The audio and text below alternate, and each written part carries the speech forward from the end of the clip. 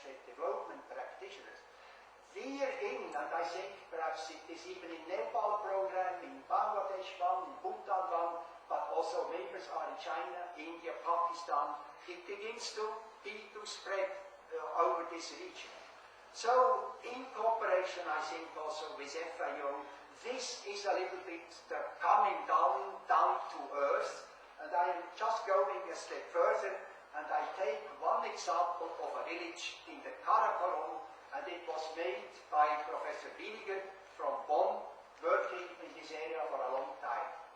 He had for the university, an own climatological station network, and so he could see this is the village of Bagrot in the Karakorum arid area. And here we would have the following natural altitudinal belts.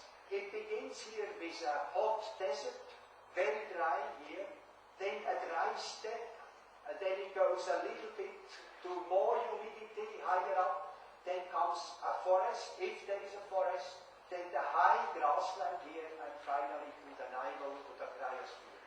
And you see, here you have the humidity, the maximum humidity would be about just the upper tree line perhaps, and you see here the temperatures going down with altitude. So, and now comes the settlement here, and the land used with, may it be irrigation land, fodder grass, orchards, and so on, what is possible with the water here from glaciers, going here, or going in a runoff together with the rain and the precipitation at higher altitudes.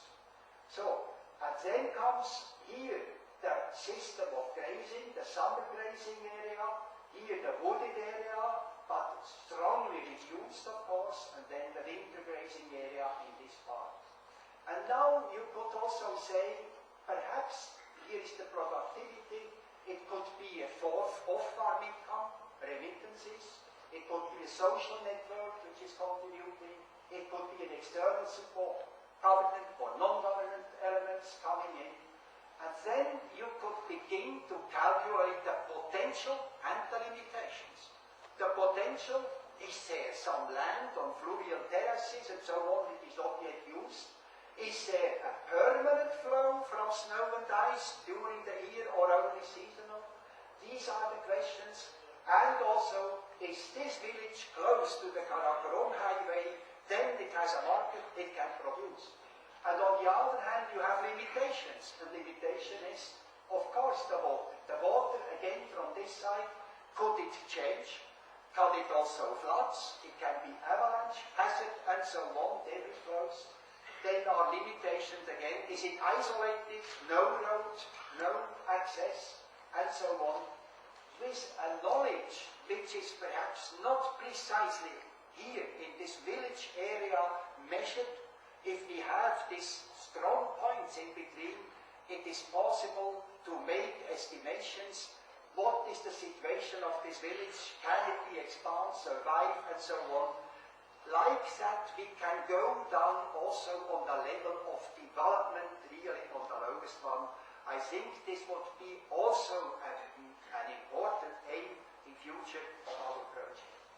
In this sense, I see this scales of research for development and integrated and transboundary approach. You may see this is one farm here in the high mountains, then this other in the middle hills, then you may see here the human impact is absolutely decisive. Is it well, careful, managed? Is it also possible for a vegetation, a biodiversity, and so on? Then you go to a valley system like that. Here is the human impact most important, also to avoid natural catastrophes. Here it is much more difficult because you have the water flow from a whole valley system. And if you go here, then you have here down really collected all these waters, and extreme events must have here certain catastrophic effects. This change from a human-dominated impact to human and nature, and then comes the moment where it is very big here in this sense. I think this means also Such a system can no more be managed without transboundary cooperation. Early warning system, help on the other side, discussion, rescue team, and so on across borders. This is absolutely necessary in future to avoid these disasters.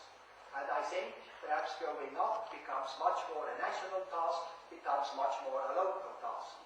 Like that, you have an interaction on these different scales of research and development, but they are connected. There is an interconnection. And with that, I'm coming back to this last point, and again on the beginning of the whole thing.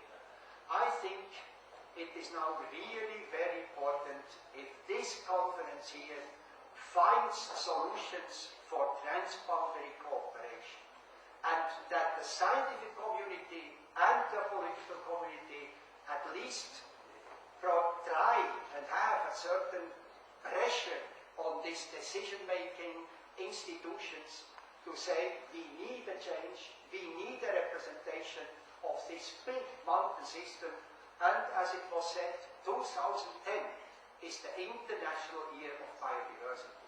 It would be wonderful if here in 2 years we would have a proposal which is accepted by all the 8 ICIMOD regional countries for cooperation and for a program for biodiversity, and of course is included then a better knowledge or an equipment with climate and hydrology and soils and so on.